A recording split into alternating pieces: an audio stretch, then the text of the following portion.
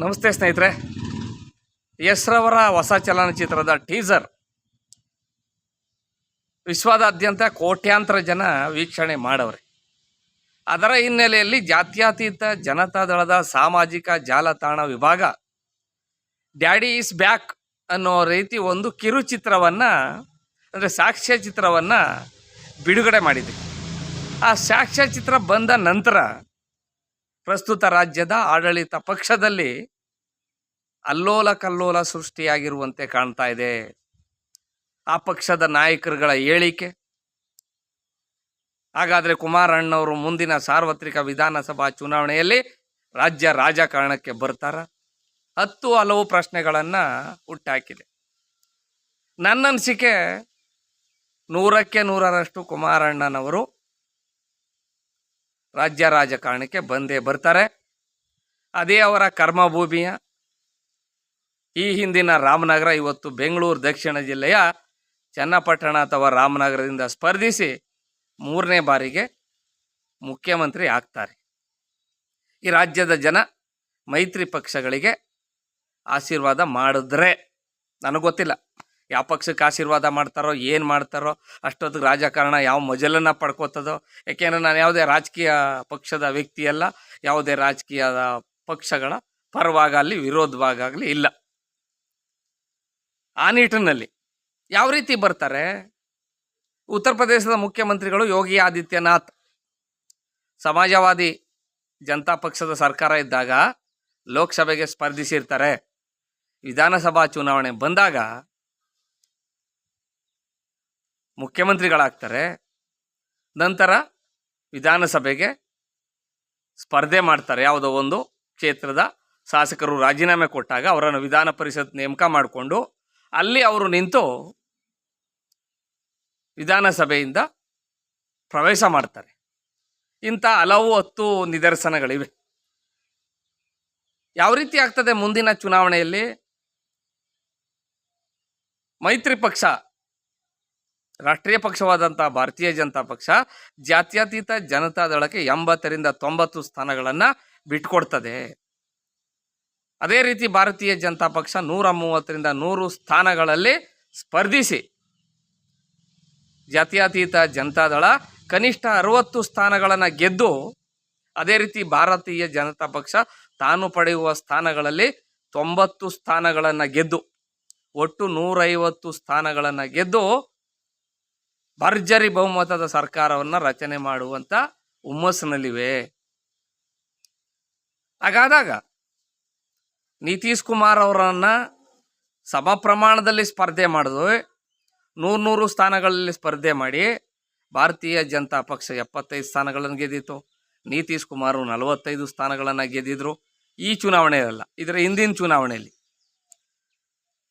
ಮುಖ್ಯಮಂತ್ರಿಯಾಗಿ ಮಾಡಿದ್ರು. ನಂತರ ಅವರು ಕಾಂಗ್ರೆಸ್ಸು RJD ಜೊತೆ ಸೇರಿದರು. ಅದು ಬೇಡಿ ನಮಗೆ. ಈಗ ಸಮ ಪ್ರಮಾಣದಲ್ಲಿ ಗೆದ್ದರು ಕಳೆದ ಬಿಹಾರದ ಚುನಾವಣೆಯಲ್ಲಿ. ಈ ರೀತಿ ಚಿಂತನೆಗಳಲ್ಲಿ ಅವೆರಡು ರಾಷ್ಟ್ರೀಯ ಪಕ್ಷಗಳು ಇದ್ದಾವೆ. ಮುಖ್ಯಮಂತ್ರಿ ಅಭ್ಯರ್ಥಿ ಆಗ್ತಾರಾ? ಖಂಡಿತ ಆಗ್ತಾರೆ. ಯಾಕೆಂದರೆ ಮುಖ್ಯಮಂತ್ರಿ ಆಗುವಂಥ ಚೆಹರೆ ಭಾರತೀಯ ಜನತಾ ಪಕ್ಷದ ಯಾವುದೇ ಮುಖಂಡರಲ್ಲಿಲ್ಲ.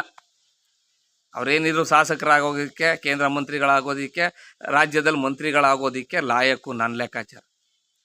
ಅಂಥ ಮುಖ್ಯಮಂತ್ರಿ ಪೇಸು ವ್ಯಾಲ್ಯೂ ಇರುವಂಥ ಮುಖಗಳು ಯಾವೂ ಇಲ್ಲ.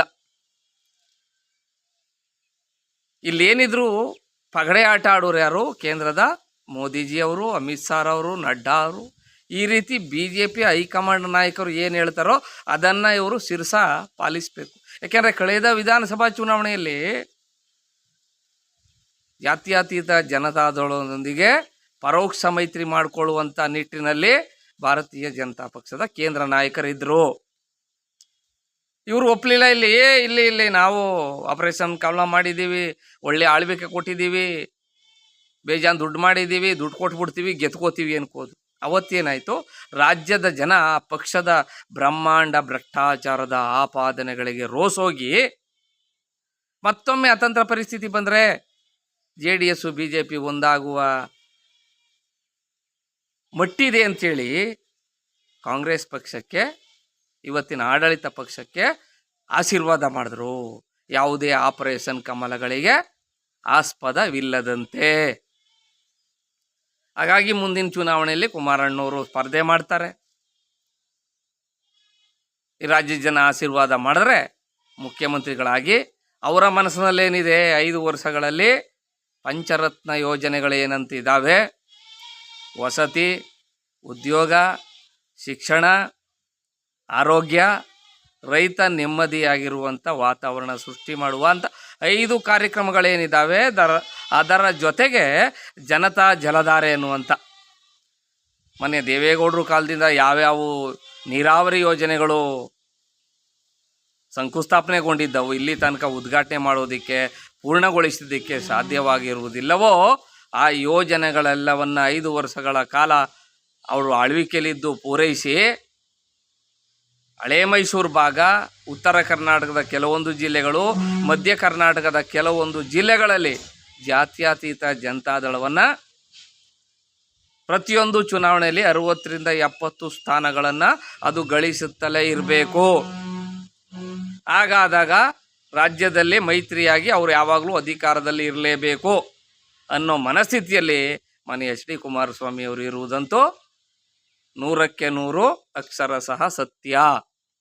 ಇದು ಯಾವುದೇ ಕಲ್ಪನೆ ಅಲ್ಲ, ಊಹೆ ಅಲ್ಲ, ಏನೋ ಮನಸ್ಸಿಗೆ ಬರ್ತದೆ, ಯೂಟ್ಯೂಬ್ ವೀಕ್ಷಕರು ನೋಡ್ತಾರೆ ಅಂತ ಹೇಳ್ತಾ ಇರೋದಲ್ಲ. ಇನ್ನೂ 2 ವರ್ಷಗಳ ಕಾಲ ಪ್ರಸ್ತುತ ಆಡಳಿತ ಪಕ್ಷ ಯಾವ ನಿಟ್ಟಿನಲ್ಲಿ ಸರ್ಕಾರ ನಡೆಸ್ತದೆ, ಈ ಸರ್ಕಾರದ ಗ್ಯಾರಂಟಿಗಳ ಕಥೆ ಏನಾಗ್ತದೆ, ಮುಂದೆ ಈ ಆಡಳಿತ ಪಕ್ಷ ಇನ್ಯಾವ ಗ್ಯಾರಂಟಿಗಳನ್ನು ರಾಜ್ಯದ ಜನತೆಗೆ ಹೇಳಿ ಆ ಮೂಲಕ ಮತ್ತೊಮ್ಮೆ ಅಧಿಕಾರಕ್ಕೆ ಬರೋಕ್ಕೆ ಏನೆಲ್ಲ ರಣತಂತ್ರಗಳನ್ನು ಮಾಡ್ತದೆ, ಅದ್ರ ಮೇಲೆ ಮುಂದಿನ ಸಾರ್ವತ್ರಿಕ ವಿಧಾನಸಭಾ ಚುನಾವಣೆಯಲ್ಲಿ ಯಾವ ಪಕ್ಷದ ಸರ್ಕಾರ ರಾಜ್ಯದಲ್ಲಿ ಬರಬೇಕು ಅಂತೇಳಿ ಜನ ನಿರ್ಧಾರ ಮಾಡ್ತಾರೆ. ಜೊತೆಗೆ ಈ ಪವರ್ ಶೇರಿಂಗ್ ವಿಚಾರ ಗೊಂದಲದ ಗೂಡಾದೆ. ಏನಿಲ್ಲ ಸರೋಯ್ತು, ಅಲ್ಲಿ ಇಡ್ಲಿ ಕೇಸರಿ ಬಾತ್ ತಿಂದರು ಅಂತಾವು, ನಾಟಿ ಕೋಳಿ ಇಡ್ಲಿ ತಿಂದರು ಅಂತಂತಾವು, ನಮಗೆ ನಾವು ಸರೋಗಿವಿ, ನೀವೇ ಊಟ ಹಾಕ್ತೀರಿ ಅಂತ ಮಾಧ್ಯಮದವು ಮುಖ್ಯಮಂತ್ರಿಗಳು ಉಪಮುಖ್ಯಮಂತ್ರಿಗಳು ಹೇಳೋ ನೋಡಿದ್ರೆ ಎಲ್ಲ ಏನೂ ಇಲ್ಲ, ಸಮಾಧಾನವಾಗಿದೆ ಆಡಳಿತ ಪಕ್ಷದಲ್ಲಿ ವಾತಾವರಣ. ಅಂದರೆ ಇನ್ಯಾರೋ ಇನ್ನೊಂದು ಹೇಳಿಕೆ ಕೊಟ್ಬಿಡೋದು ಮಧ್ಯದಲ್ಲಿ. ಹಾಗೆ ನೋಡಿದ್ರೆ ಈ ಪವರ್ ಶೇರಿಂಗ್ ವಿಚಾರ ಬೂದಿ ಮೆಚ್ಚಿದ ಕೆಂಡದಂತಿದ್ದು ಆಡಳಿತ ಪಕ್ಷಕ್ಕೆ ಕೆಟ್ಟ ಹೆಸರನ್ನು ತಂದಿರುವುದಂತೂ ಸುಳ್ಳಲ್ಲ. ಹಾಗಾಗಿ ನೋಡೋಣ ಮುಂದಿನ ದಿನಮಾನಗಳಲ್ಲಿ ರಾಜ್ಯ ರಾಜಕಾರಣ ಯಾವ ದಿಕ್ಕಿನಲ್ಲಿ ಹೋಗ್ತದೆ, ಯಾವ್ಯಾವ ರಾಜಕೀಯ ಪಕ್ಷಗಳಲ್ಲಿ ಏನೇನು ಬೆಳವಣಿಗೆಗಳು ನಡೀತವೆ, ಯಾವ್ಯಾವ ಪಕ್ಷದಲ್ಲಿ ಯಾವ್ಯಾವ ನಾಯಕರು ಯಾವ್ಯಾವ ಪಕ್ಷಕ್ಕೆ ಹೋಗಿ ಸೇರ್ಕೋತಾರೆ, ಇವೆಲ್ಲವನ್ನು ಕಾಲಾಯ ತಸ್ಮೈ ನಮಃ ಅಂದರೆ ಎಲ್ಲವನ್ನು ನಿರ್ಧರಿಸುವುದು ಕಾಲ.